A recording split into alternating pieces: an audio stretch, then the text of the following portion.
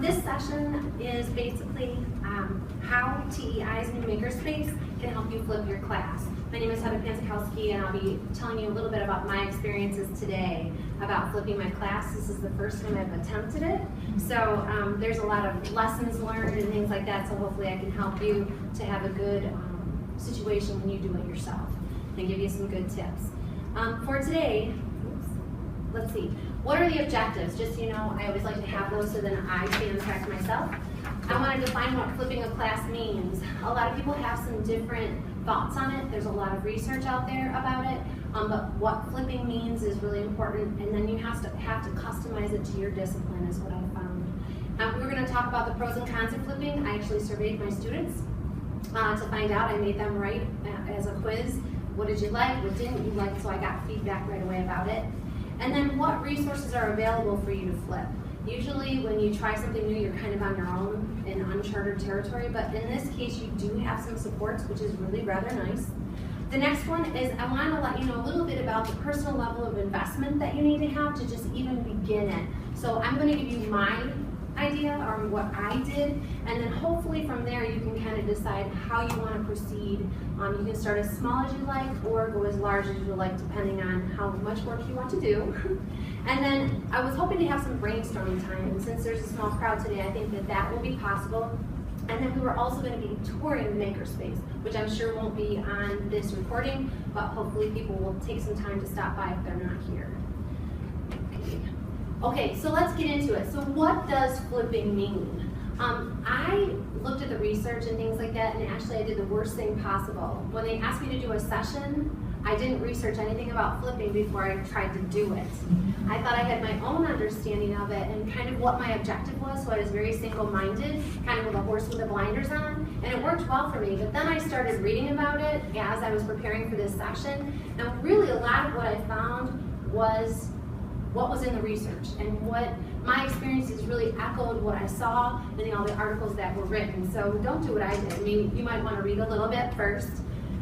Simply stated, a flipped classroom is where the students are introduced to the concepts outside of class, and in class time, your class time then becomes a learning laboratory. So what you used to do in lecture is now your lab, or your active learning time of the students. What is done outside of class, typically homework, is now your lecture. So you're really reversing the process. So just so you know, that's kind of my understanding of flipping. Of everything I read, I kind of came up with that myself. So you're really reversing the process, so it's really a different way of thinking.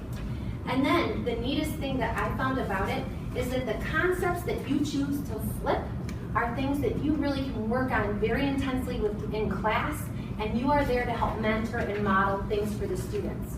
Help them problem solve. So you are there for them so that if they're going to stumble and you know there's a topical area that always is a sore spot in your course, this is a way to really combat it and give them some intensive time to work on it in your presence versus struggling on their own when they give up or forget or whatever those excuses are. So just so you know, that's what flipping is. Now, what can you accomplish using a flipped classroom model? This is really neat. I know we have a history person in the audience, we have someone who teaches psychology, and I know we have some people who teach English. So you can really decide on your own the content area that you're looking at. But what my objectives were, and what was in the research, is that they collaborate. Collaboration was huge in my class because to me, you have to be able to talk professionally with other peers in your class in order to do it in the real world. So collaboration was a big deal. And also they needed to collaborate with me on a professional level to ask for advice on how to do things, those types of ins and outs of occupational therapy, which is what I teach. Problem solving is another big deal. A lot of times the student will sit with homework on their own. I know I did it myself. And you look at it and you can't figure it out no matter what you do, and then you get that frustration level, and then you stop. Your brain quits, the students stop, and then they'll come with half-done work, or I call it half-baked. It's not complete in any way, but they've gone as far as they can go to a frustration level. They can create. In occupational therapy, we need to be creative. We work with a bunch of people with disabilities, so we have to be able to take a coat hanger and use it 15 different ways. Okay, I'm exaggerating a little, but you get the gist. We have to be very creative. And actually, I was speaking with Stan Scrabbit the other day, and we had a great conversation about creativity. Usually school systems now, what do? They teach kids how to walk in line and how to do things a certain way, and that creativity kind of gets weaned out. And then suddenly in college we say, but now be creative.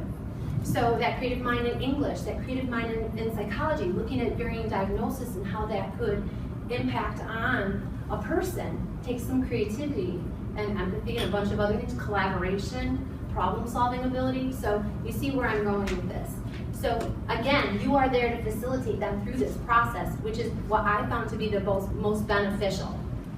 I wanted to give you some pictures. The other thing that really came out of this is Corey Dunnigan said, you know, you guys do portfolios. Have you ever thought about, electronic portfolios or using Google Drive? And I said, well, no, what am I into now? So what we did was we went around and took videos of some students describing some of their creations so they could use it for their professional portfolio, and we just took a bunch of pictures. But as I reviewed the pictures that we took, you can kind of see them thinking and collaborating and creating things. And look at me. Look what I just made. Pride in their work. Trying things out that they haven't done. And it's not beautiful, that picture in the left-hand bottom corner of me, but the student was saying, what am I going to do with this piece of foam? And you're going, oh, a piece of foam. Oh, there's a million things that you can do. So, but they were using that time to do that, and I wanted to show this because you may want to think about taking pictures and having the students catalog that experience so that they can use it in their job interviews. Things that you have them create or do, or projects, or something written. If they have exemplary written work, then you want to catalog and showcase that. How can that be done? So it's something to be thoughtful of, because a lot of students leave here and they graduate and they go out in the workforce. And we really have to be sensitive to that. Why did I flip it? My blinders. I love blinders. Sometimes they're great because you get into it and you didn't realize how much work it was, and then you wouldn't have done it if you did. But I'm so glad that I did, because one of my main objectives was to increase the students' ability to create activities, because they always had trouble with it. They'd work with a patient with dementia, or a person with schizophrenia, or a 3-year-old child. We take them into all those environments with faculty, and they'd get stuck. And I'd say, what about this, and what about that? And they'd be like, oh.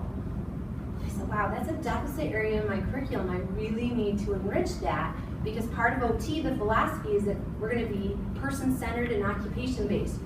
Try to provide therapy doing things that people like to do. And a lot of the research points to a lot better outcomes with that. So that's something to be really thoughtful of. So I wanted them to develop the clinical reasoning of why they were doing certain activities, and to be able to grade them up and down based on a person's ability. And that isn't easy. So I could go in days into our curriculum, which would bore you to death, but my outcome was, I want creativity, I want you to come up with tons of different activities and things like that. And then have resources for themselves as well as clinicians, because once you're out there, you have 5 minutes to prepare for the next patient, the way our medical model is now, or less. What is it that they can do and have at their disposal?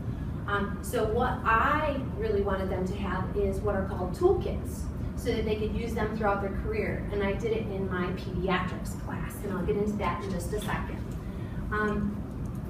Let's see. Okay, so what were my flipping tools?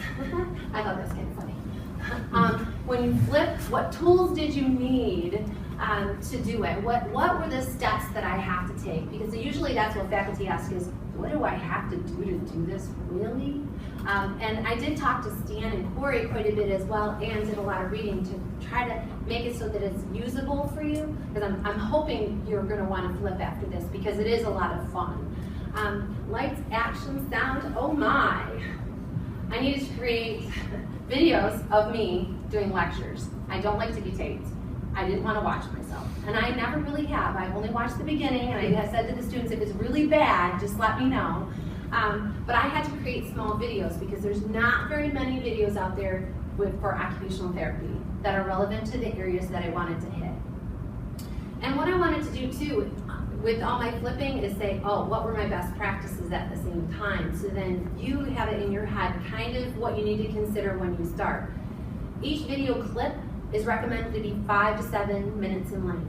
don't make it any longer, because the student said to me, I could watch one and then I could go to, on the way to work or during my break, I could watch one and then the next one I could watch, you know, while I was doing such and such, and I could get the next one, so when they had little bits of time, they could do their work, which was really, really neat. And best practice number 2 was I was going to embed learning probes into the videos, so it increases student accountability. So what do I mean by a learning probe?